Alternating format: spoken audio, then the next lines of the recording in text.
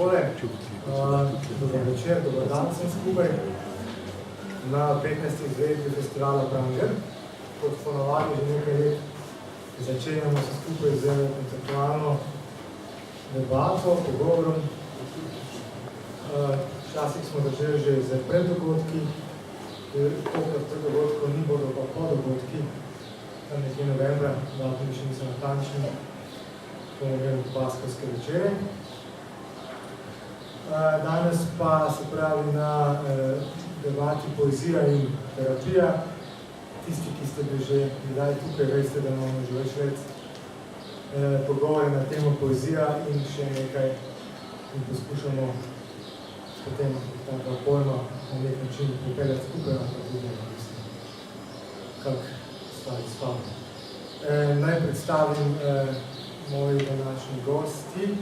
Na moji levi je dr. Ali Adam, nekatere verjetno zagovor poznate, pesnica, doktorica literarnih ved,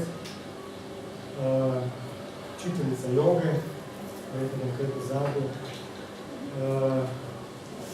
zaposlena delamo oziroma poučuje na Univerzi v Novi Gorici, poučuje se, ja, naravno, in še marsikaj drugega, ki se predstavlja tudi skozi današnji pogovor.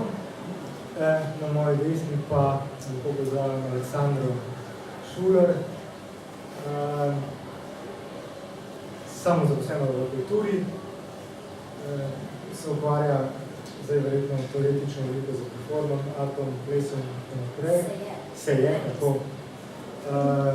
Poučuje na Univerzi na Pomorskem. Veliko se ukvarja z umetnostno terapijo, bomo zdaj malo kasneje, kaj to točno je. Tako da in še mnogo tega. Tako da jaz bi potem kar tole debato odprl z vprašanjem obema. In sicer, kako vi razumete na eni strani pojem terapije, na drugi strani pa pojem poezije oziroma poetično. Pa pa začel potem to.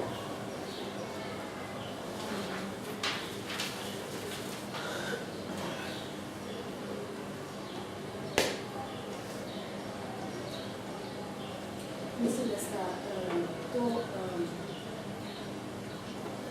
dva zelo široka pojma, tako da jaz bi recimo vsej definiranje pojma poezija bolj prepustila Ali, ker jaz sama stika z ustvarjanjem poezije, razen kot pravka, nimam neposrednega. Jaz mislim, da ja. Delam mikrofon?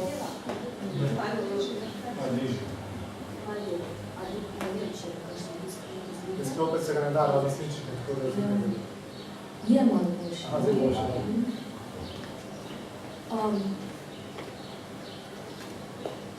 Jaz bi mogoče bolj kot šla v smer definiranja dveh pojmov, bi govorila v bistvu tem, da je v tako poeziji in kot terapiji, ali da se na področju umetnostnih terapij se slikata poetična dimenzija, ki je hkrati estetska, spoznavna in potencialno tudi transformativna, se pravi v tem smislu terapevtska. Bi zdaj rekli, terapevtska mogoče ima potencial spoznavanja nespoznanega veselja po sebi, po svetu in po tako se gleda tudi terapevtski potencial. Če je seveda to vključena tudi refleksija. Samo umetniško ustvarjanje je lahko izjemno, lahko vrhunsko in ne nujno vsebuje komponentu refleksije, avtorefleksije z ustvarjanje. Mogoče bi to bilo z moje strani za izhodišče.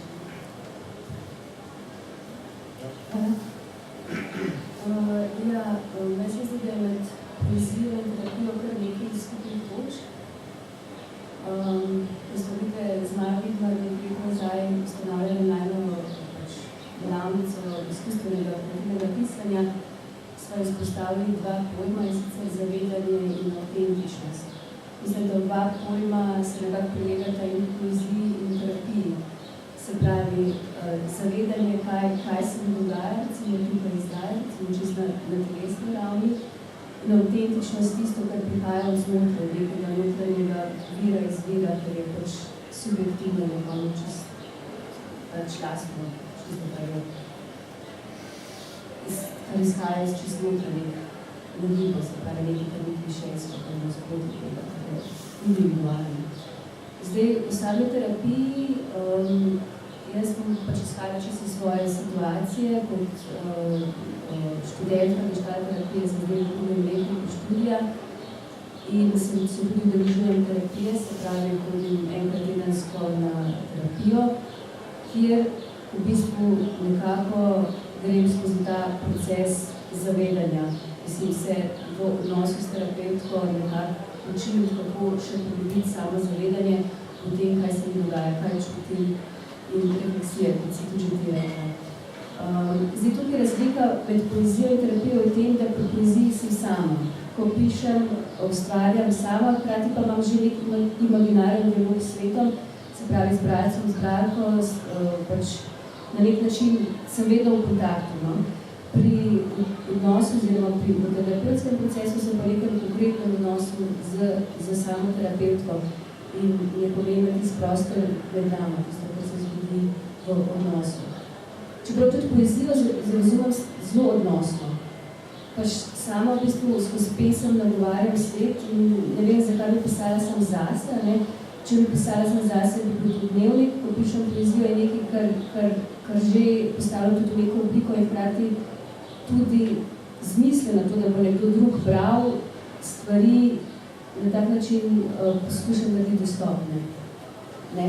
Recimo, jaz lahko razumem nek svoj proces, ampak če pišem za bralca, bralko, potem bom ta proces na nek drug način v besedah, če bi ga sam zdaj nekako ekspresivno v svojem delu izpisala. Da sem dosti živela. Sem govorila, sem. Zdaj je že nekako omenjeno, da nekaj razlike recimo med samim poezijo oziroma umetniškim delom kot kreativnim aktom in terapijo kot tako. Pa me zdaj recimo zanima, niste nekaj omenjala, da je pomembno ta stik z svojimi vsebinami. Da sem bil se prav z nekimi notranjimi vsebinami. Pa me mogoče zanima, kako zdaj poezija, pač neka umetnost, dostopa do teh vsebin in recimo kdaj nek določen ustvarjalni kreativni proces postaja tudi terapevtsko oziroma lahko terapevtsko.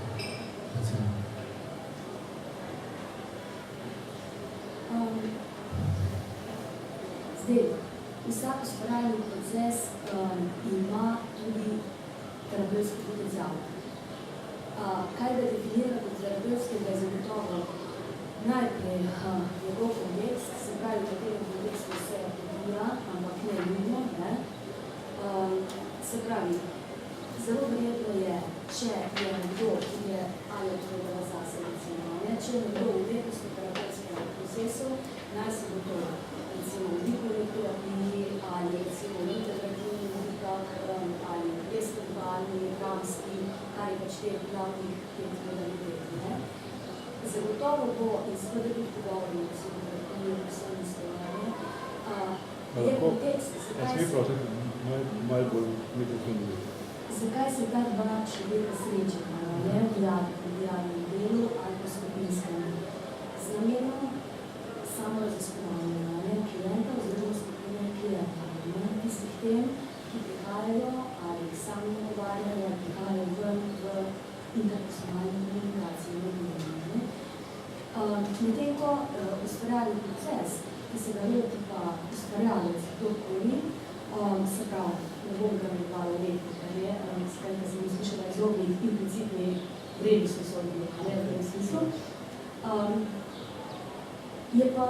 je pač sedem, ker je nekaj zvalovalo, da objavljam nek kreativno tvorilo, nek kreativni impuls. Zdaj, kako pa bere tisto, kar se je dejanilo,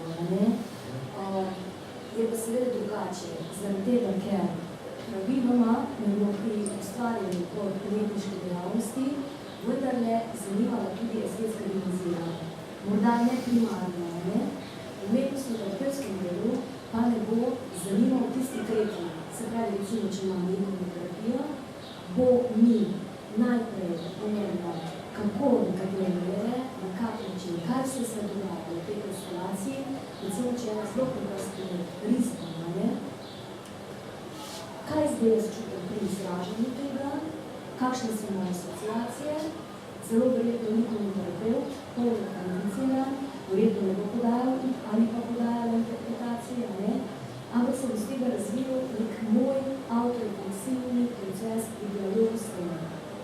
To bo lahko bolj neposredno vezano na neko temo, lahko pa absolutno ne bo to, kar sem naredila, narisala, recimo, vzame nekaj popolnoma neznanega še.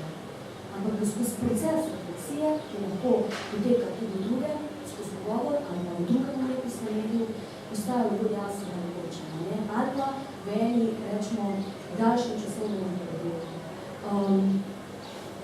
Ena zmed značilnosti, ki v bistvu je zgolj fraza na neki ravni, umetnostno-terapevskega dela je, da vrednostna sodba ni prisotna. Ne mogoče je, da se mi izognili povsem, ampak ne zanima nas primarno estetska vrednost. Lahko se jo dotaknemo, ampak prej nas bo zanimalo vse, kar je spoznalo zraven. Za dopolnite? Ja, na kak način terapevtski oziroma kreativni proces postane terapevtski? Kreativni proces terapevtski je terapevtski. Najprej to. Stavi kreativni proces terapevtski. Tako. Nekaj pogojem, recimo, bolj zadovoljitev. Kreativni proces terapevtski. To je lahko postavljeno, če. Aha. Ja, jaz mislim, da pisanje poezije je vedno tudi terapevtsko. Tukaj v bistvu se ne da temu izogniti, razen če pišemo res slabo poezijo. No? Pač to je moje mnenje, zato ker dejansko pri poeziji nekako res že to, da pišemo pač iz sebe, iz nekih notranjih doživljanj, iz nekega zavedanja tega, kar se nam dogaja v kontaktu pač svetom, z ljudmi in tako naprej, ne. Pač že tukaj v bistvu se razkrivamo na nek način, pač pridemo v nek srž svoje ranljivosti, se razdaljimo. V tem smislu je tudi ta relacija med poezijo in terapijo, ne. V bistvu ta ranljivost, ne. Pač, ko pišem, sem zagotovo ranljiva v odnosu do bralca, bralke, ne, se pravi, nekdo, ki bo bral, na nek način postopa v mojo intimo. Poleg tega, ja, se pravi, jaz mislim, da poezija je vedno pač tudi, pisanje poezije je vedno tudi terapevtsko. Zdaj, razlika je potem med recimo nekim konkretnim delom, ali je to umetniško delo, ali je to recimo služi pač neki ekspresiji, neki pač terapiji. Ne? Tukaj potem je ta ločnica dosti pomembna.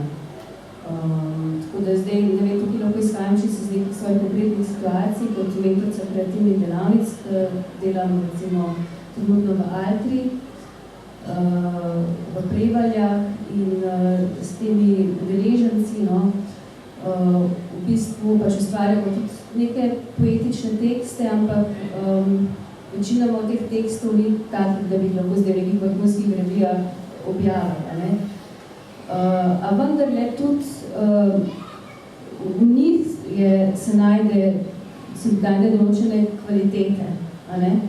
Če bi bili oni pripravljeni še nekateri od njih, ki imajo ta potencial, nek talent in tako naprej, če bi bili pripravljeni še delati na tem, bi se dali tudi marsikaj narediti. Problem je v tem, ker mogoče nimajo toliko tega poriva, te motivacije, da bi recimo vlagali še nekaj več kot tistega, kar pride ven. Ker poezijo razumem kot nek proces, se pravi od tega, da pride določene stvari skozi neko čist, ne vem, moment skozi intuicijo recimo ven in potem tisti drugi del premenjati dosti dolg, tisti drugi del nekega bolj obrtniškega dela, se pravi oblikovanja, iskanja, redukcije, predvsem redukcije, no? Se pravi nekako tisto, kar je odvečne besede, odstranjevanje tistega, kot sem rekla prej, tudi z mislijo na bralca, bralko, pa ta moja zgodba zdaj razumljiva, ne moče nekdo ne pozna nekega ozadja. Ne? Tako da ta del v bistvu, ki je v bistvu neka zadnja faza kreativnosti, nekako se mi zdi, da umanjka pri ljudeh, ne, konkretno zdaj, če govorim o tem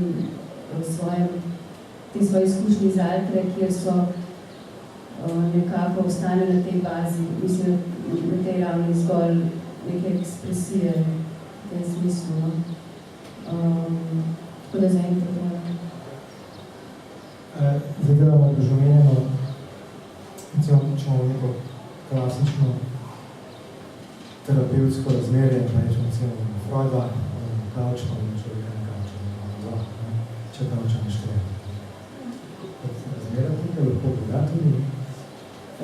Zdaj verjetno, ko pa govorimo o umetnostnih terapijah, ali pa recimo tudi če vzamo še nekoliko bolj široko, recimo, ko se pač kreativnost uporablja bolj vzgonje ali pa socializirajoče vseh procesih. Imamo pa, to se ti že omenjala, imamo pa se pravi načečno temu klienta, pa imamo terapeuta, pa imamo še neko tretjo stvar, ki nastane. Kakšno je zdaj to razmerje, tudi recimo kakšno je razmerje recimo terapeuta? V teoriji umetnostnih terapij obstaja celo en izraz, ki se imenuje, rečejo, da ni nikoli, ne vseh sicer, no, ampak v večini, da nikoli ni samo diadena, ampak da je terapevtska triada. Zaradi tega, ker je tudi še ta ustvarjalni produkt. Zdaj, pri nekaterih je to bolj jasno in eksplicitno, naprimer, če je to, kot sem rekla, izba, je to povsem jasno, da je v bistvu tisti tretji, je tukaj ta produkt, na katerega potem, s katerim potem obadva delati. Način dela je na nek način povsem enak, kot pa medijalni del, kot se nam pogovarjati. Ampak, če pa recimo gre recimo za glasbeno terapijo, v kateri klient in terapeut obadva skupaj delata.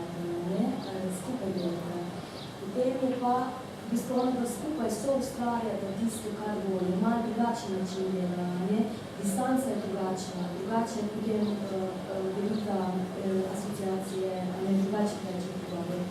Recimo v plesno-gibalni terapiji je zelo širok spektr, je spet zelo drugače. Včasih je recimo na enem koncu spektra so pristopi, v katerih je plesno-gibalni terapeut zelo aktiven in dela s klienti ali skupino ali s posameznikom. Na drugem je v zelo sorodni poziciji, kot recimo ta naš izhodiščina, ki sedi za ozdravljen medtem, ker klient leži na kavču. Zaradi tega, ker je poziciji kličeja, je izven gibalnega prostora in rečemo, cel ta ritual deljenja je drugačen. Zdaj, se pravi, je drugače in ni drugače, kar se mi zdi pa pomembno, mogoče tukaj bi dodala, kar smo, da se navežem tukaj smo rekli prej, je pa morda velikokrat, ko govorimo o terapevtskem potencialu ustvarjanja, niti sami ne vemo, da nismo pravzaprav bolj jasni, o čem govorimo, recimo, za ustvarjalca. Jasno, da recimo, ne vem, ko reče Alja kot pesnica, s popolno legitimiteto in jasno je skvel, da to bo zame terapevtsko. Seveda, zato ker natančno veš, se pravi, avtorica ve, kaj je bilo transformativno in tako. Mogoče iz komunikacije z receptorjem tudi dela, ker bi feedback nazaj in reče nekdo, tisti najlepši del, ta pesem je nekaj, bo neč ne reče, pa kar veš, Zdaj, če so te stvari bolj pedagoške, kot recimo neke delavnice, ali pa poznam nekaj primerov, kar zelo uspešnih, recimo, ko so se izvajali projekti tudi, mogoče se recimo vidve vključene v slovenskih zaporih, tisto je imelo zelo močno socializacijo funkcijo, pa v resnici bila biblioterapija, bolj tega pasivna oblika, so pač knjige in potem so pogovori, ampak vem konkretno iz primera, ko je moja kolegica delala kot pedagoginja s to skupino, da je bilo za tisti konkreten je to izjemno pomembno. Zaradi tega, ker zaporniki, ki so v konkretnem zaporu, dejansko nimajo veliko drugega za početje. Skratka, je imelo neke sorte, rečemo, socializacijsko, pedagoško funkcijo, hkrati potem je bil posvaten tudi terapevtski potencial.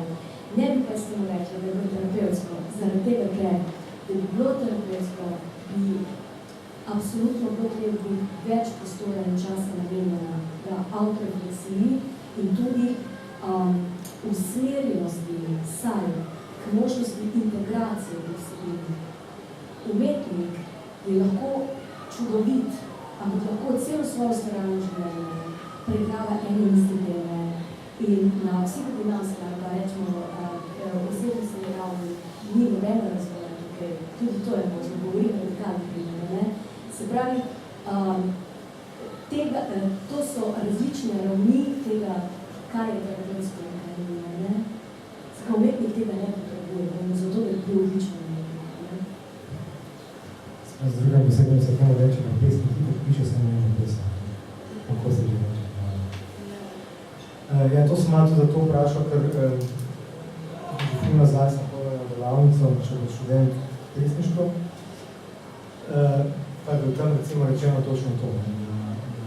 Bog ne dej, se pa zdaj tukaj vic samo terapijo.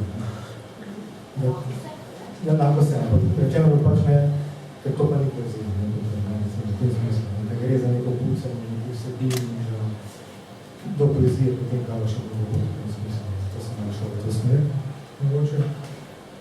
Zdaj meni je že se prav, kako pa ti se čuješ, kot recimo poezijo, ti tudi deloma mogoče veš malo v obratno smer, se pravi, da neke mogoče terapevtske momente uporabljaš za to, da se spodbudi neke kreativne procese. Z malo ste to počeli, ne? Ja, najprej bi to, kar si rekel, v bistvu pač poezija ne bi bila pucanje in tako naprej, ne. V bistvu tle vidim problem čist pač našem nastrojenosti naše kulture, se pravi v dualistični perspektivi, ne. Poezija ne bi bila nekaj, kar ne bi nekako pripadalo umu, ne. Medtem ko tisto, kar je telesno, ne, pač se na nek način, kljub temu, da se govori v poeziji znotraj, mislim, se govori tudi v čustvih, ampak skozi neko umsko perspektivo. Zdaj, ravno zaradi tega smo videli z Majo naredili delavnice, ki so drugačne, ki nekako pač pristopajo celostno, se pravi, da vključujejo tudi telo, telesno gibanje, ker čustva se v resnici pravijo v telesu, ne v umu. Zdaj, če dislociramo od telesa, potem vprašanje, kakšne čustva so tista, ki prihajajo na papir. Tako da tukaj, ko smo se vidve nekako najdli, smo šli v to oblikovanje teh izkustvenih delavnic pisanja, smo v spredje postavili delo s telesom. Kar je seveda nekaterim, ki prihajajo na delavnice, ki so pač naravnane, to so delavnice pisanja, to niso delavnice terapije, terapevtske delavnice, ampak že tukaj sama pri sebi vidim, da včasih sem kratko malo napeta, zdaj kako bojo nekateri tudi mladi sprejeli, recimo, ker je tudi gibanje po prostoru, ker je tudi zaveščanje telesa, se pravi, zdaj nimamo joge ali pa tako, da bi konkretno bilo zdaj zelo veliko ali pa ples ali pa karkoli, ampak vendarle so elementi iz jogijske prakse, je dihanje, kako skozi dihanje priti v trenutek tukaj in zdaj pisati skozi telo, se pravi, pač mi da smo nekako prišli do tega, da itak pišemo vedno iz trenutka tukaj in zdaj. Tudi če pišemo, tudi če nek spomin, ta spomin že v tem trenutku, mislim, bo drugačen v tem trenutku ali po naslednjem trenutku ali v tem obdobju življenja, se pravi, spomin je tudi stvar interpretacije sedanjega trenutka. Ja, tako da v bistvu tukaj izhajati iz telesa, kako narediti delavnico, ki bo v spredje postavila to. No, tukaj smo imeli kar dileme, zato ker začeli smo tako, da smo dali naziv na eni delavnici Gita Yoga in potem smo dobili občutek, da nekateri ljudje se preplašijo zaradi tega, ne. Kaj pa zdaj to neka yoga, pa neka duhovnost, pa spiritualnost in tako naprej. Potem sva pač kljub temu imeli par delavnic tem nazivom, nekaj ljudi je prišlo. V resnici se pa nama je odprl potem, ko sva, takrat so bili pač na svojem, nismo tudi pod okriljem nobene organizacije, odkar sva pod okriljem SKD-ja, nama lepše teče, imamo tudi več udeležen.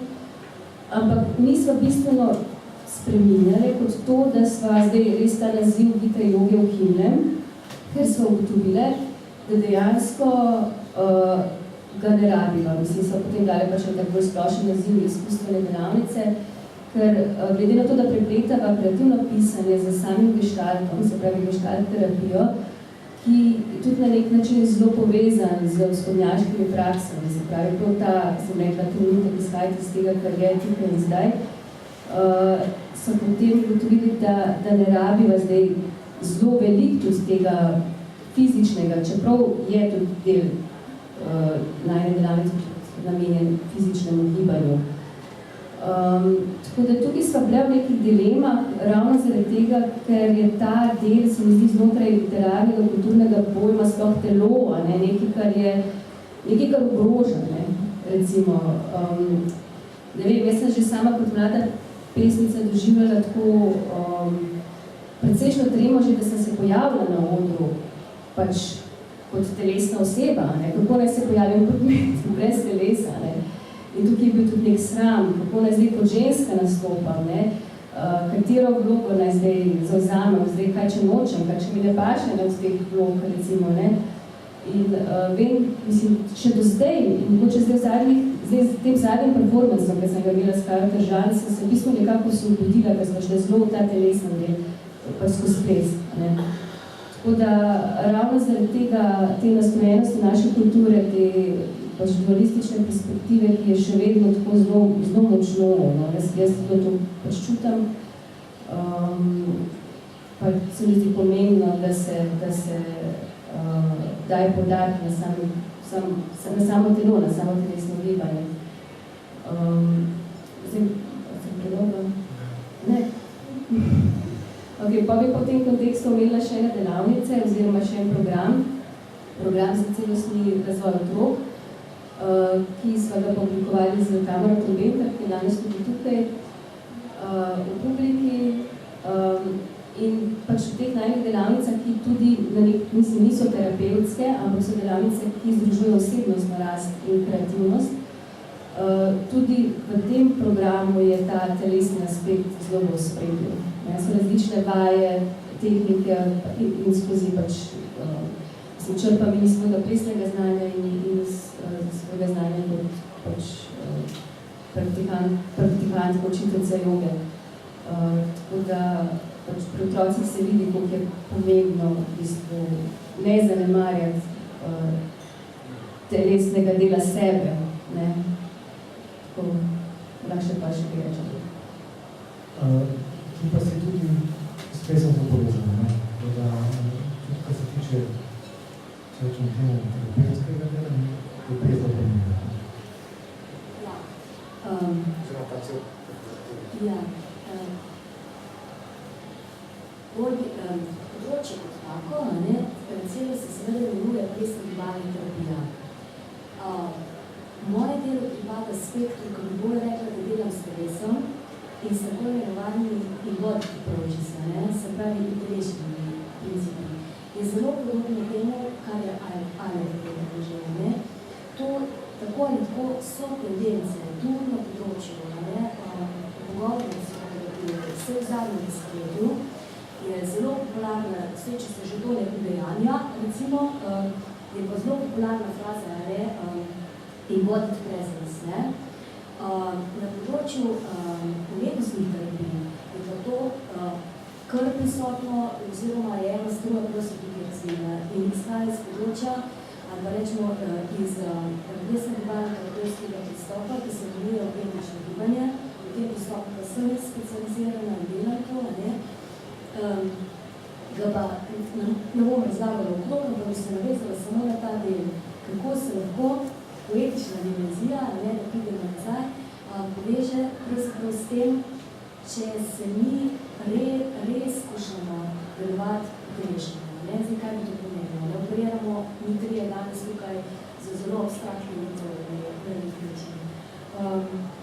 Se pravi, primer, ko se gibalec giba v neki gibalni sekvenciji in po zaključku te sekvencije pride nazaj in se pogovarja s pričo, kot je primer gibalnih retorov, ima v tem pristopu ena zelo preprosta navodila, kako ne govoriti o svoji izkušnji, ampak kako govoriti izkušnjo. Na ravni jezika to pomeni, da ves čas uporablja sedanje.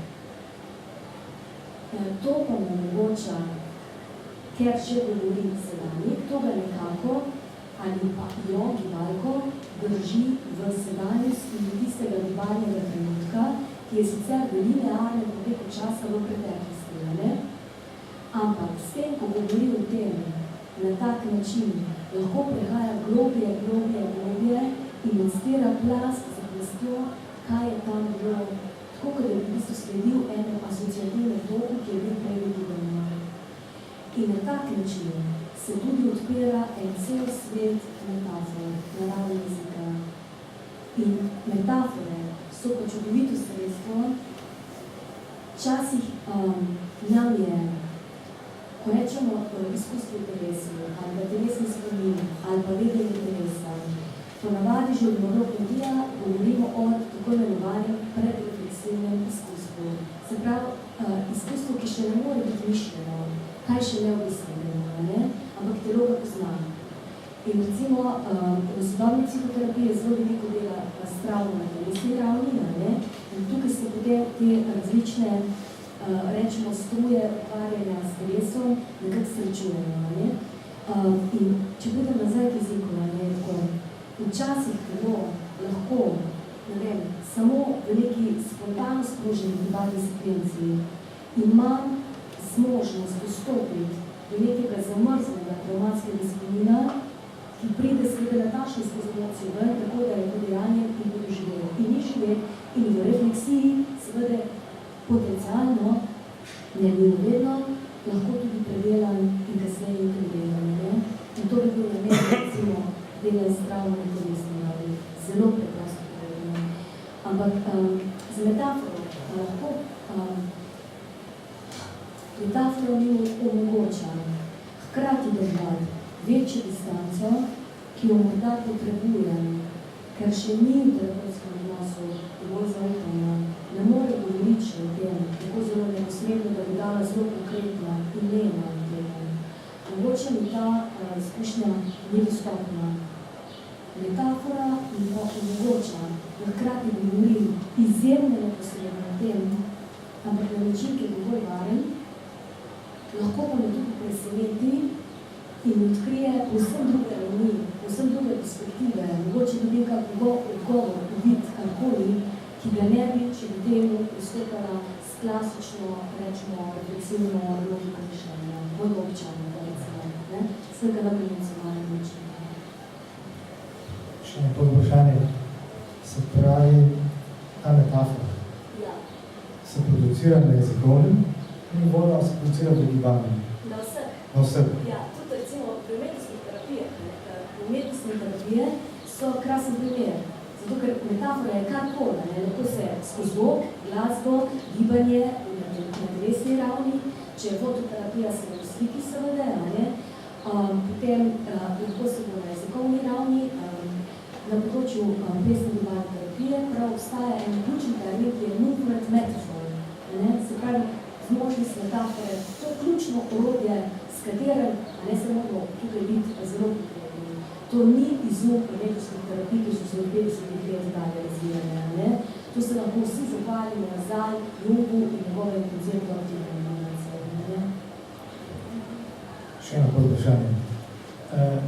To mi zdaj tako zanimivo. Recimo, ko govorimo o poeziji kot možno terapevtskem obrodju, rečemo, da če uporabljaš jezik, ko si znamo nekako pisati, seveda ne znamo vsi pesnik, jasno, ampak nekaj znamo pisati. Tako pa z gibom. A pa z rizbo, recimo, ne? Jaz ne znam risati, absolutno. Zdaj, a bi jaz kako šel na, recimo, umetno terapijo na področju risbe, a pa giba, pa so tako rekel, gibam se pa še hujško triče, recimo, ne? Zdaj, mi ste govorili o plesnih sekvenci. Kako se do tih plesnih sekvenci prije, če prej na terapiju tak človek, kot sem jaz, recimo, ne? Kako se to nekaj navodila, ker če me ena reč napiše 10 stavkov, bom napisal. Kako ne pa zaplešen, če me znam plesati. Cini. Zdaj, odvisno, na katerem delu spektra bi se srečal s plesno-gibalnim terapijo, ne? Recimo, če bi se srečal z menoj in bi se sama srečala, ne? Bi se srečala v prazni sobi. In bi naj začetno, ti bi mi zelo verjetno na začetku povedal, da absolutno ne znaš plesati, ne?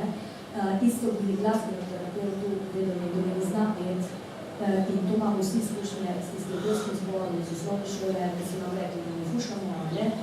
Ali pa neki, ne vem, baleta, ali pa tudi, ne?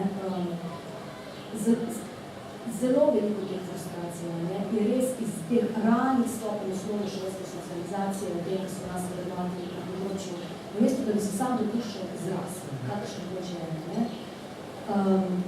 No, in potem je bil dogovor tak, da zapreš oči in slediš impulzu.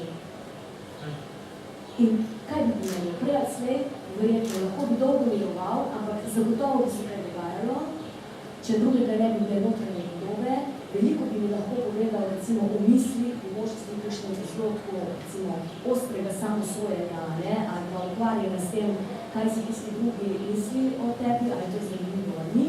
Skratka, spekter je neizmeren.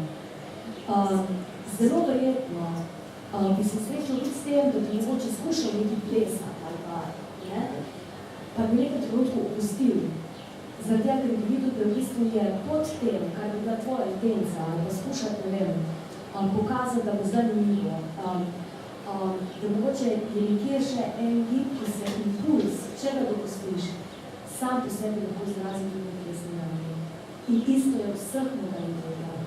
Zagotovo se pa vsak sreča, tudi kultivirani telesi, kultivirani gibalci, lahko imajo še večje težave in ponavadi jih imajo. V mojih izkušnjah je tako, da sem delala samo z eno balerino profesionalno, ki je bila zmožna, zato ker je bila na koncu kariere in si je samo želela, da bi se to telo tako zelo kultivirano, lahko samo prepustilo trenutku in impulzu. Ona ni imela težav. Sicer je tako, kot da bi na povrhnici, in to je isto v odgovoru terapiji. Velikokrat je zelo veliko talasa. Pridemo, ko govorimo vsem, kar se nam je dogajalo, ne? Tukaj isto, ne? Če smo se učili flamenko, recimo, jaz sem delala z eno gospo, ki je bila predstavljena flamenka. Prostočasno. Ampak vzorci gibanju so bili prisotni 2 leti od tega flamenka. Ampak če vsem se da dela, vse je na isti ravni, ni važno, ali je tak odpor, ali je odpor, ali kaj je, odvisno kako ljudi pristopajo. Seveda, povsem nadaljevalno, če bi naredil eno črto na nekom terapiji, bi ga začeli s tisto črto. Ne tako reče, začneš tam, kjer si on. Smem skočiti, smem vprašati, kaj je tu terapija? Zakaj bi vi šli, kaj je v tem terapija? Jaz bi vam šel z veseljem se učiti gibanja, recimo, ne? Da bi postal gibalec ali pa nekaj tasga. In mislim z veseljem, ali pa k vam pisati. Ampak kaj je v tem terapija bila zdaj? Kako bi cilj definirala? Terapija je ponovati zdravljenje ali pa pomoč pri neki stiski. In o teh uporabnikih danes nismo nič slišali. Zdaj, to se mi zdi, kar sem jaz slišal. Če smem, se mi zdi silno zanimivo. Zelo se mi zdi pravzaprav tudi ta previdna uporaba oziroma sistematska uporaba besede potencialno, ker je jasno, da terapijo razumemo, jaz sem zdravnik, in terapijo razumemo zelo drugače. Ne? Kaj je cilj, kaj je učinek, kako se meri učinkovitost teh terapij. Je pa to silno privlačno, ne? Za boljše življenje, za osebni razvoj, ampak jaz bi rekel, se grem to učiti, ne pa grem k vam v terapijo.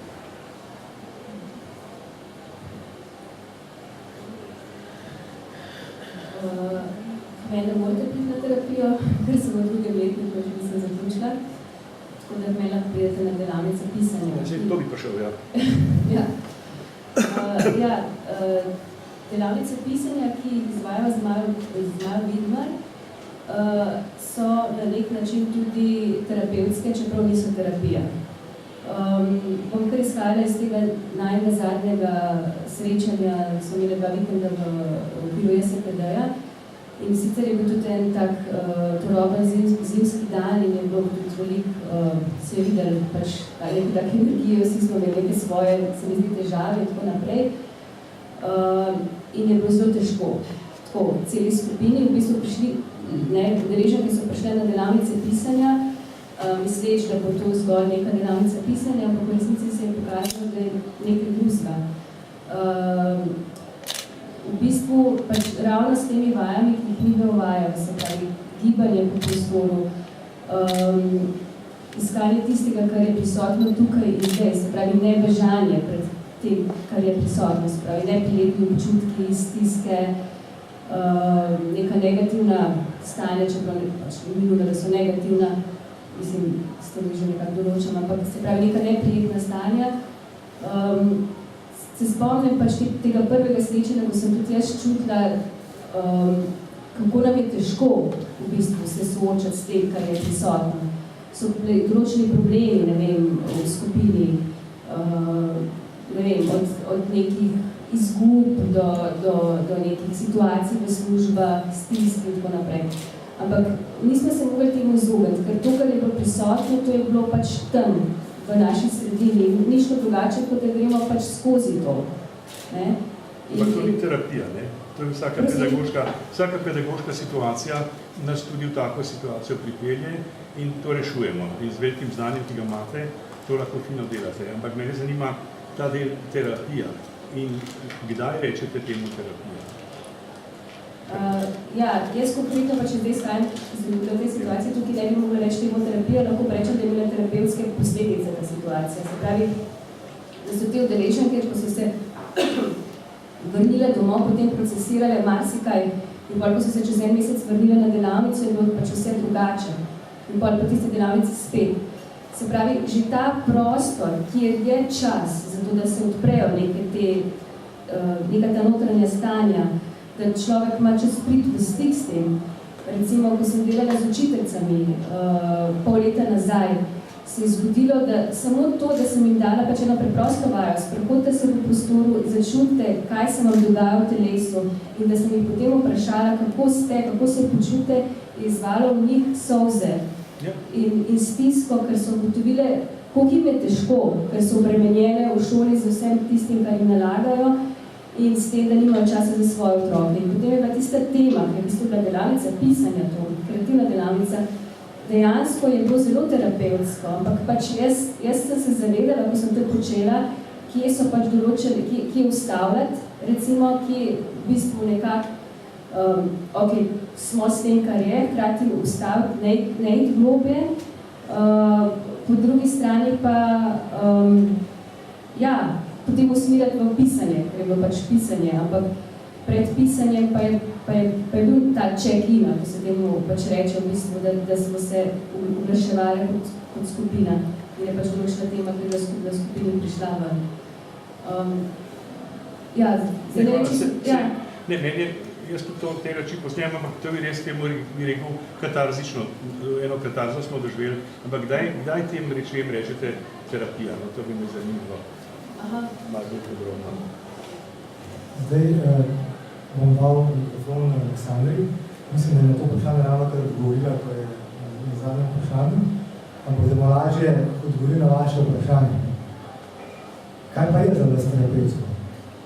Vi ste rekel, da ste zdravnik, recimo. Ja, seveda. Si jaz zlomim roko. Ne bi šel na to. To bomo razumeli. Seveda. Recimo.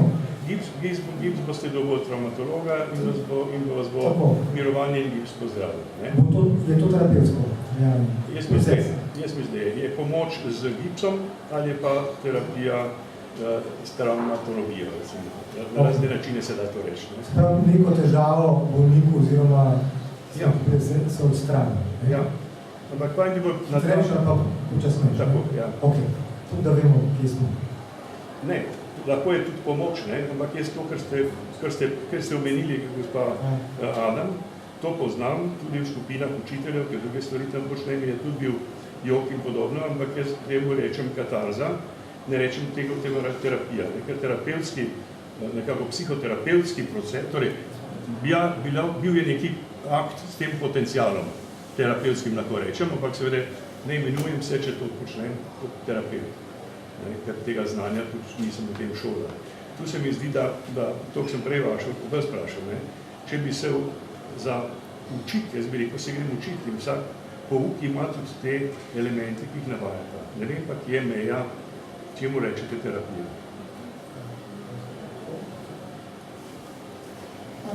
Jaz mislim, da je vaše vprašanje zelo utemeljeno. Zaradi tega, ker tudi kot naš pogovor danes teče, se v njem prepletata vse dve ravni.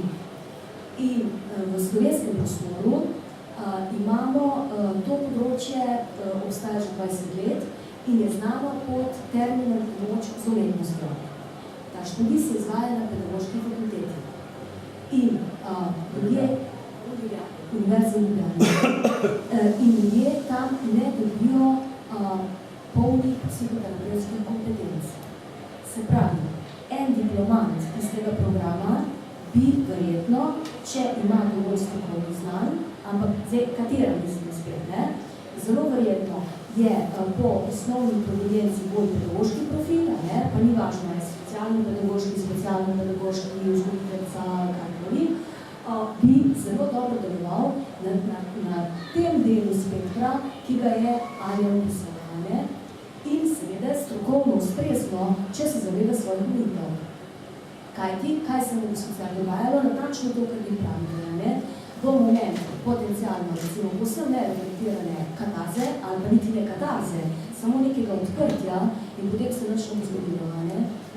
Zdaj, sodobna definicija področja, ki ga z angleško terminologijo imenujemo arts therapies, je psychotherapeutic use of, se pravi, polno kvalificiran strokovnjak in tudi v Sloveniji jih je nekaj, je psihoterapevtsko usposobljen, ne samo z dodatkom, recimo, kot je zdaj, bom rekla tako, v zadnjih letih tudi zelo moderno, da pogovorni psihoterapeuti različnih modalitet uporabljajo tako imenovane kreativne vaje. Nekdo, ki bo pa recimo z področja nekostnih terapij prihajal, bo pa rekel, ja, ampak se sam uvajajo te vaje, se niso reflektirane, niso razvite posebej za tega klienta, recimo, kot bi jaz razvivala mogoče nekaj. Tako da mislim, da je tukaj še veliko nedefiniranega, ampak vsekakor, če se kdo, in to bo nujno, to bo obvezno, tudi v Sloveniji, ko se bo reguliralo področje, se bojo, zdaj, recimo v Sloveniji tudi uporabljamo na splošno, ali je nekdo, ki je specializiran z umetnostjo, ali magister tega, ali je umetnostni terapeut. Tendenca, govorimo o globalni ravni, je, da so zdaj to specializirana združenja. Se pravi, to pomeni, ali je nekdo plesni gibalni psihoterapeut, ali je likovni psihoterapeut. In tam so kompetence povsem jasne. So mednarodne združenja, vse preverljivo, mora biti jasna supervizija in to je psihoterapevtski profil. A se vam govorimo? Samo še nekaj pritom? Ja, mogoče potem, da ste pač omenjali pomoč, zagotovo gre za pomoč, ampak recimo znotraj gestalt terapije govorimo predvsem o odnosu med psihoterapeutom in klientom oziroma klientko. Se pravi, ni psihoterapeut, gestalt terapeut tisti, ki bo pomagal z nekimi, recimo, nasveti, interpretacijami in tako naprej, ampak je on v bistvu oseba, ki je nekaj pač avtentičnem odnosu s svojim klientkom. Seveda ima neka svoje, je neka vloga, v kateri je, se pravi, so neka pravila, ki se ga pač treba držati, v tej vlogi ni to običajen odnos, je pač to terapevtski odnos, ampak dosti ljudi si zelo napačno predstavlja psihoterapijo, no, tudi ko se pogovarjam, recimo tudi z intelektualci, intelektualkami in tako naprej, imajo tudi velik odpor do psihoterapije. Tudi sama sem imela mnogo let ta odpor, ker sem se vedno tudi predstavljala neko avtoriteto, ki mi suli pamet, ki mi govori, kako je treba in kaj ni treba. Ne. Imela sem tudi eno izkušnjo enkrat z enim psihiatrom, ker sem tudi videla, da to tako gre. Dejansko pa, kar mi je všeč pri Gestaltu, ker je ponavljaš tudi v drugih psihoterapevtskih vejah, ki jih pač malo znam preko prijateljica, ampak nisem še dolgo študirala, predvsem to, ker je pomemben ta prostor vmes, se pravi ta odnos med, kot sem rekla, pač klientom in terapeutom. In je v bistvu gre za resničen odnos. Ne? In ravno ta resničen odnos je tisti, ki celi pač rane, ki omogoča osebnostno rast, ki omogoča spremembo, omogoča to, da klientka pride do momenta, ko se lahko odloča v določeni situaciji, se pravi do nekega momenta izbire, se pravi izstopne z nekega avtomatizma, v ponavljanje nekih vzorcev, ki omejujejo. Tako da, ja, to bi mogočeno samo. A bi lahko recimo rekel, da koliko je recimo poezija lahko terapevtska, koliko ne, da je tudi deloma odvisno od tega, koliko je, če rečemo temu klient, nek način aktivn oziroma koliko je pasiven. Zdaj, poezijo lahko beremo, lahko jo poslušamo, lahko jo pišemo, lahko jo objavljamo, ampak to so različne modalitete poezije, politične, če tako rečemo. Mogoče je, da samo vprašam, kako ti to veš. To smo se nekaj že pogovarjala, ne? Znotraj tega področja sta spet, danes govorimo o sami spektri, na eni strani biblioterapija, v kateri je verjetno to dosti rekla očitno, je klient ali pa skupina je v bolj pasivni vlogi, vendarle je ponavadi gre za nek predlog, nabor nekih del, ki jih potem skupina recimo prebere in potem o teh delih poteka razprava, in se pogovarjajo. Lahko seveda povezam z nekimi svojimi trenutno aktualnimi temami, tudi sami klienti predlagajo, kaj bi opravljali. Takrat je že malo večja stopnja aktivnosti, se že bolj sem predikamo. Kadar pa, in iz moje perspektive je, da lahko popolnoma vseeno, ali se bi srečali samo za samo izražanje skozi poetičen tekst, ki je lahko recimo tudi prozni tekst, ali je to nekak nasledek neke integrativne druge rabe. Se pravi, da je recimo, ne vem, nekaj se zgodilo skozi risbo, pa so potem kar pršle še besede zraven, pa je z tega, ne vem, nastal neka trivrstičnica ali štirivrstičnica. Zdaj, zagotovo je, če govorim, recimo zdaj sem jaz nekak bolj z te perspektive, za področje umetnostnih terapij značilno, da je action-based, kar pomeni, da bo se spodbujala čim bolj aktivna vloga samoizraza, ponderanjenja in autorefleksije v odnosu posameznika. Se pravi, da ne bo teh smeri, ki so pa bolj običajne, tudi v slovenskem prostoru, več kot glasbene terapije, ljudje poznamo muzikoterapija, ki je v istem odnosu kot pa recimo biblioterapija ali pa pisanje. Kako vidiš to vlogo aktivnosti, pasivnosti, recimo, na strani klienta, ali na strani terapeuta?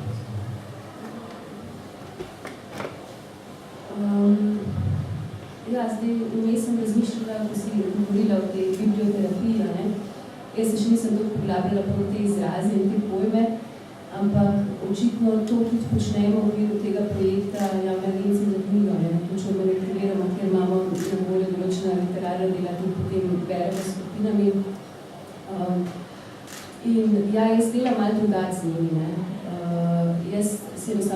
predstavljam, da bi z njimi samo prebirala tista dela in pač bi oni nekako pasivno to sprejemali, ker pač izhajam direkt iz tega programa, ki smo ga izgledali z Majo Vidmar in nekako se mi zdi ta program tudi živ in dobro se počutam in tudi vidim, da ima nek efekt, tako da ne glede na to, s katero populacijo spom pač izvajam delavnice, se nekako opiram na to.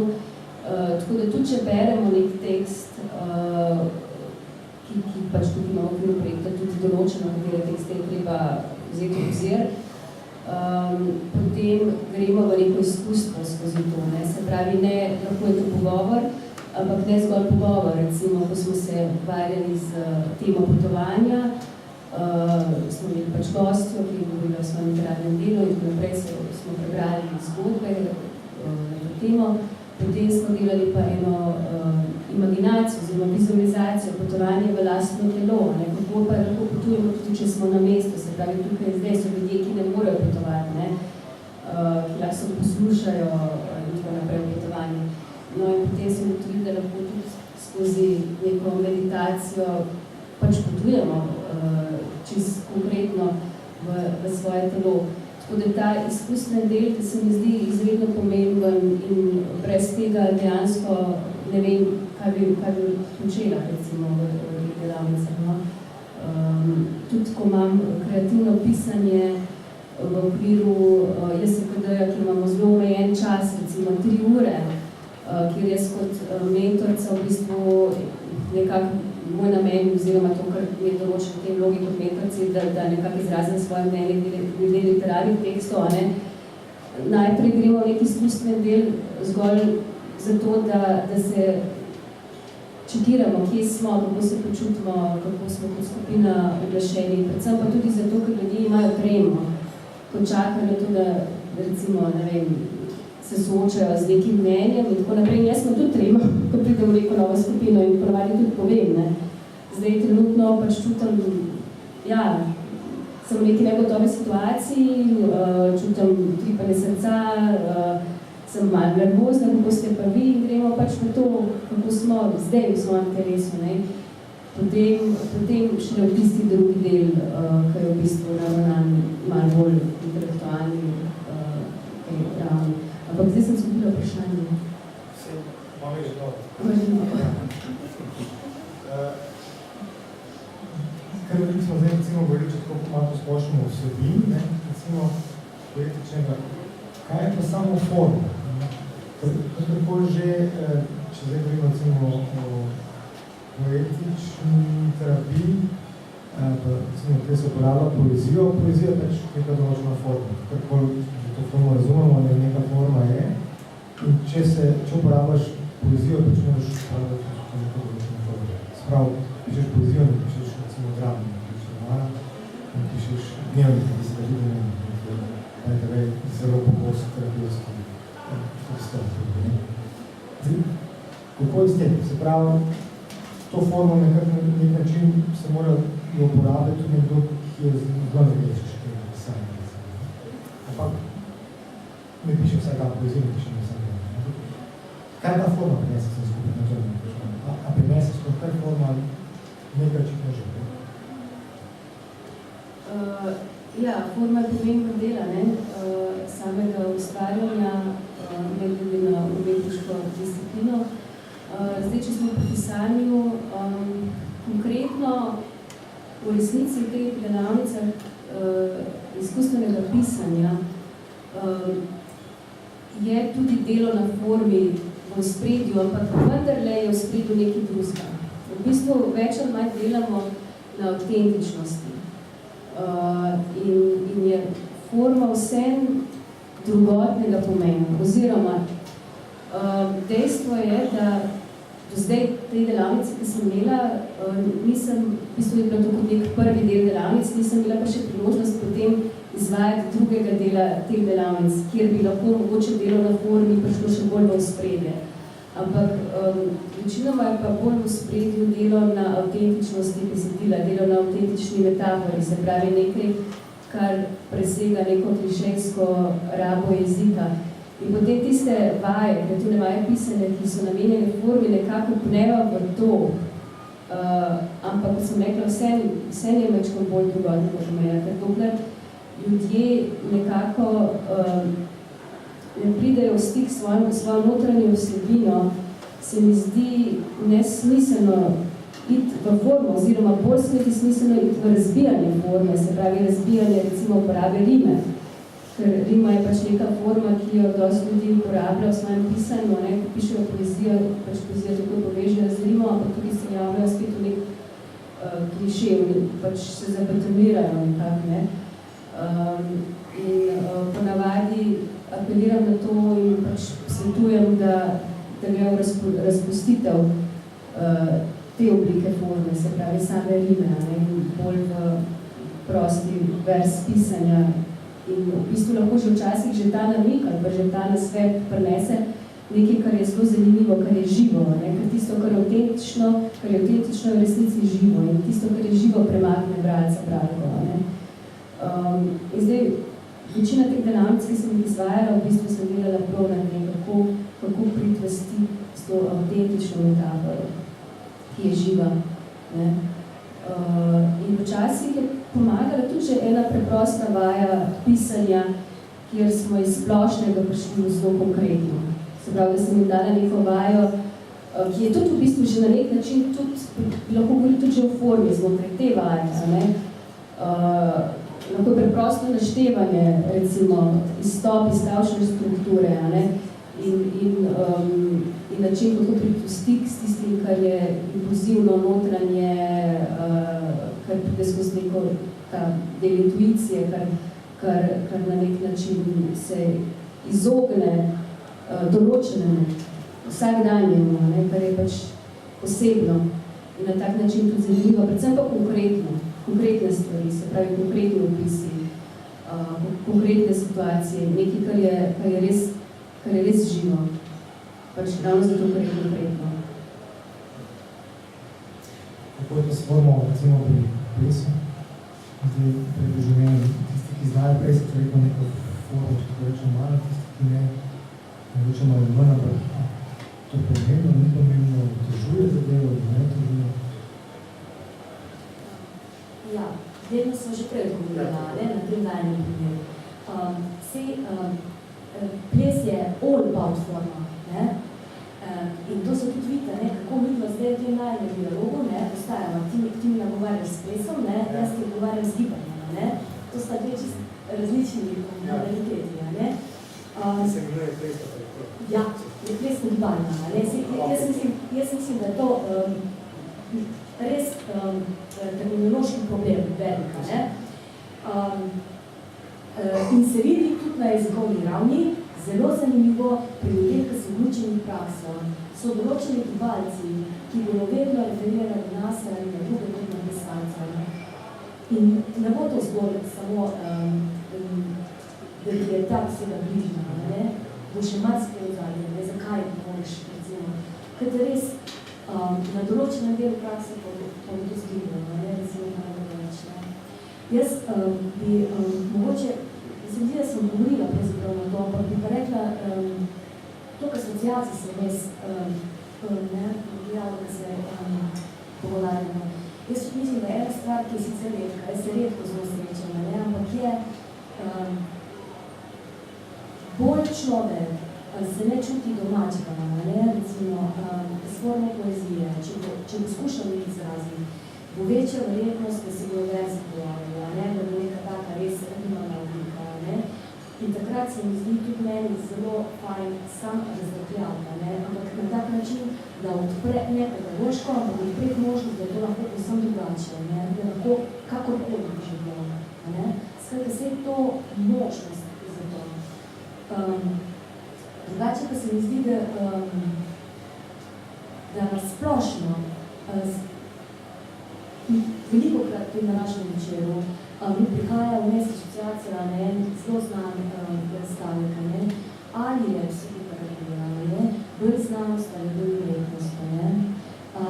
Se pravi, a je bolj pristop, a sploh lahko rečemo, da je metoda, da v bistvu kot rabimo, a ne se jungoči zagovarjajo, to je modaliteta, ki je najbližja, zato ker je pač bolj pristop jungovski, ampak nekaj najbolje poznam, ampak poznam nekatere druge tudi.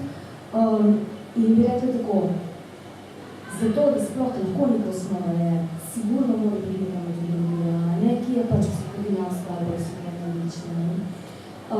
Samo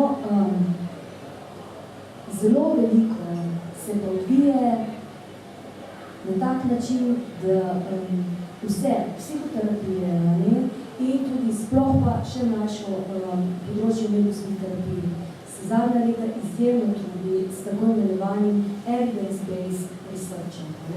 Se pravi, da bi bilo čim več utemeljenega in potem nastajajo protokoli, to delno odgovarja na vaše vprašanje. Kako plesno-gibalna terapija pomaga recimo pri depresiji. Kako merimo učinke, In to vrstnih raziskav je izjemno veliko. Ampak ne, in je dobro zaradi tega, ker se bo to področje se želi profilirati, med zdravstvene profiliranje in seveda je to nujno, brez tega to ne bo šlo. Ampak vedno bomo pa nekje vmes, ko bo v bistvu to področje, nikoli ne bo to 1+1, je zelo verjetno delo, ampak je ali ni, in vmes je eno veliko področje, ki vam jasnega. In to je ta drugo vprašanje. Prvo vprašanje, ki se mi tam izpojavlja, je to, ali je to bolj umetnost, skrajno subjektivnega, pa predvsej oddaljeno objektivne znanosti, kakšne se ne bi da.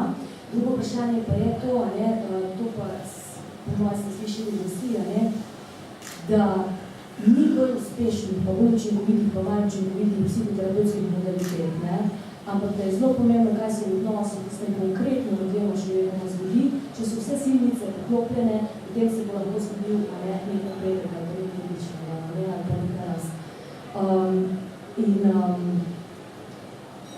Tako da mislim, da je tukaj hkrati treba delati na čim bolj jasni metodologiji, se pravi graditi empirično trdne temelje, koliko so mogoči, hkrati pa vedeti, da bojo vedno rahli in da tista rahlost je to tistih paradoksov, s katerimi živimo. Hkrati temelj, hkrati rahljanje. Počasi bomo mogli zaključiti. Zdaj pa, če še nekaj vprašanje z naše strani, pa tam prosim. Če ne imamo še... Ker ste mi prej ponudil zlomljeno roko, če je traumatolog prav ocenil in je dal gips na roko, lahko čez nekaj časa ugotovimo, da se to pozdravlja in imamo mero dosti bolj preprosto mero učinka kot v drugih strokah. Drugo je vprašanje, da moramo vedeti, kaj se lahko narobe zgodi. Kaj se lahko zgodi in ta človek se s tem ukvarja. Moje vprašanje je, a grejo stvari lahko v pomoči z umetnostjo ali pa v umetnostni terapiji tudi narobe. Da se kaj zacikla, ali da se kaj sproži. To me zanima, imate kaj izkušnja ali kaj veste o tem. Neugodni stranski učinki te terapije. Jaz si pomisla, bom malo pravilno odgovorila, da če pošti potem še bolj. V bistvu, kar je podobnost med umetniškim procesom in terapevtskim procesom, je v bistvu neko stanje negotovosti. Predvsem pa procesnost. Se pravi, ne da se naprej predvideti rezultatov. Tudi v samem umetniškem ustvarjanju se ne da predvideti rezultatov, se pravi, jaz ne moram vedeti, kakšna bo moja pesem, kako bo izgledala in tako naprej, kako bo imela kitic, kako bo imela verzo in ali bo res tisto, kar sem se jaz zamislila na začetka. Tako da tudi sam terapevtski proces je v bistvu podvržen neki negotovosti in v bistvu tukaj ne vem, najbrž se že da izmeriti, kako je učinkovito in tako naprej, ampak ne da se pa zdaj določiti neke forme, neke oblike, strukturo se da določiti šele potem za nazaj. Tako da tukaj se mi zdi, tako ko smo pa v nekem procesu, zdaj, če povedno navežem, sem da imam minut več časa, malo. Ko sem jaz raziskovala koncept kreativnosti, sem prišla do dveh različnih definicij kreativnosti. Ena definicija kreativnosti, ki se pač veže na ustvarjalni produkt, druga definicija pa vezana na sam proces, ki je tudi povezana z improvizacijo, povezana z odnosom. Se pravi, kreativnost je nekaj, kar pač teče med nami, kar se giba nad nami kot ne vem, dih, kot vdih in izdih, in je nekaj, kar je v stalnem gibanju, kar se ne da dokončno ustoličiti, zajeti, definirati. In ta perspektiva je v bistvu tudi perspektiva, recimo, vzhodnjaške filozofije, a ne? Se pravi, spremenljivost, vse, kar ne je dano, tisto, kar se spreminja. In tukaj je zelo težko neke končne rezultate vnaprej, kako bi rekla, prikazati in določiti in neznanstveno dognati. Kaj pa neugodni učinki, ki se zgodijo?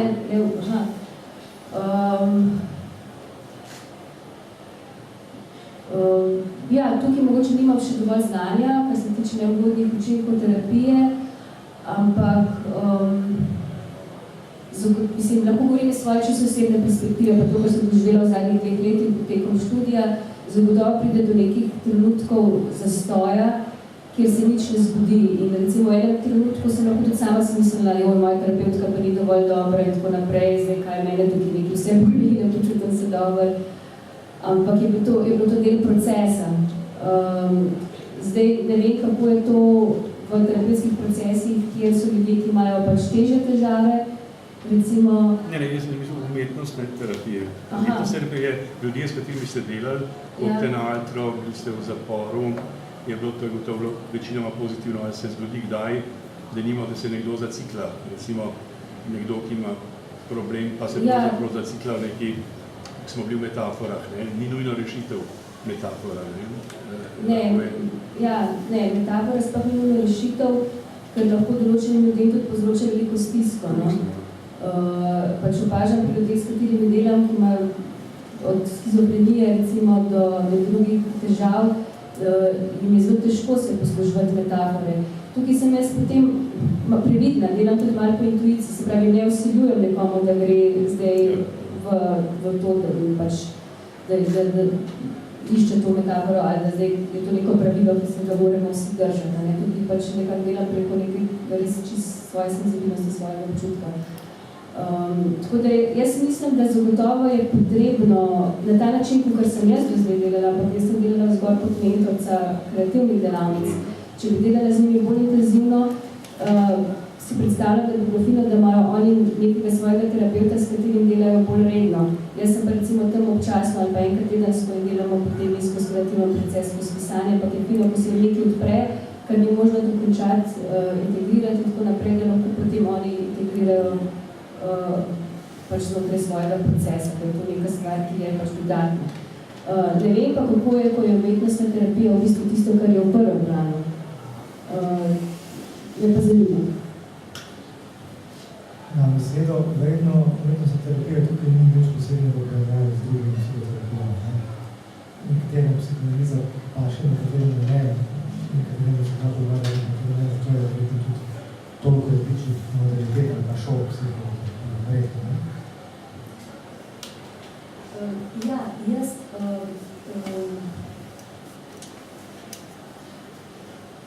bom konkretno govorila recimo za svoj poslov, moja izkušnja je, da bomo imeli največ od tovrstnega načina dela, naj se bo integrativnega v načinu, če rečem največ, menim, da je že njihova lastna kapaciteta za integracijo že v izhodišču večja. Se pravi, osebno smo zvedejši ljudje, ali pa bolj integrirani. Ampak, spet, zelo izkušene moje učiteljice, recimo, ki sem bila terapeutke, so pa delale tudi z ljudmi v akutnih psihotičnih fazah. In so tudi zelo vredno delale in bile sposobne prijati skozi ena zelo težka obdobja.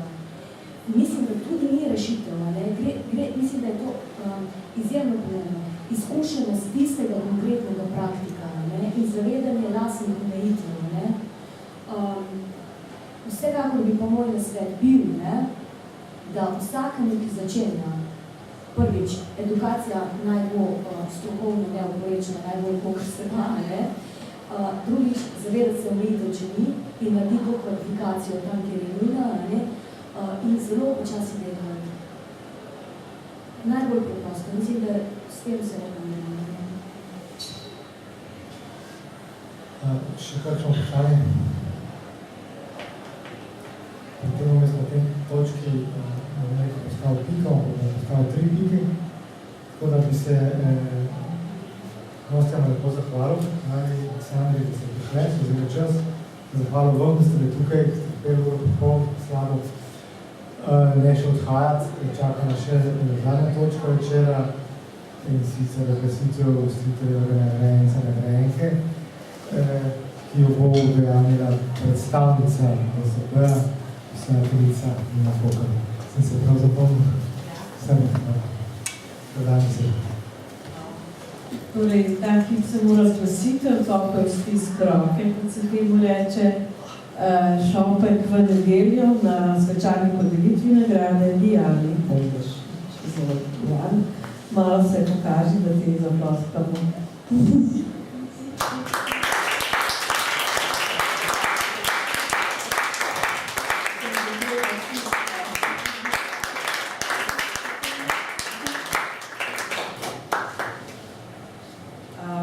Imaš se pripravljen govor? Ja, torej, še enkrat vabljeni na zaključni dogodek festivala Pranger, kjer bo nagrado bomo tudi svečano podelili, tam bo tudi plaketa in tako. Skratka, ena svečana podelitev v Rogaški Slatini v soboto ob 20. uri začnemo tam. Naša točka bo 21:30, kaj takega. Ja. Hvala in za enkrat lepe čestitke Dijani, Stritarjevi nagrajenki 2018. Hvala.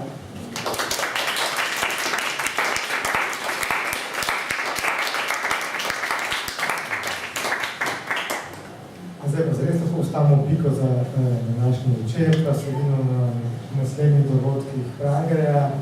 Naslednji je že jutri v Mariju Jana, v Prekličju ob 19. Lahko noč.